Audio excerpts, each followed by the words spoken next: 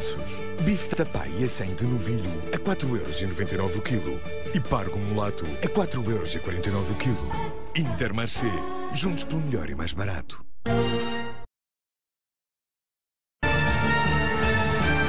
Esmaspäeval kell 21.40 kommenteerib välispoliitilisi sündmusi Astrid Kannel. Seejärel jõuab ekraanile värske dokfilm naisest, kes on teinud Prantsusmaal vastuolulist poliitilist karjääri. Rahvusrinde juhina on ta juba lähedal ka presidendi ametile. Kuhu ta oma tegemistega tegelikult tüürib? Välisilma dok.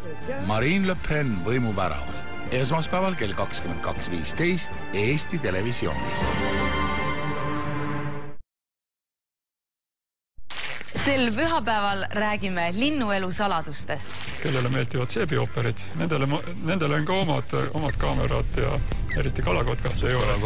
Hannes Hanso ja Raivo Hein räägivad sellest, kuidas Põhja-Korea on võimalik. Me oleme nii õnnelikud, meil on suur juht ja õpetaja, me saime riisi, piimapulbrit ja mähkmeid. Kui 2-päevase titega ema selline hakkab sulle sellist, paneb plaadi peale.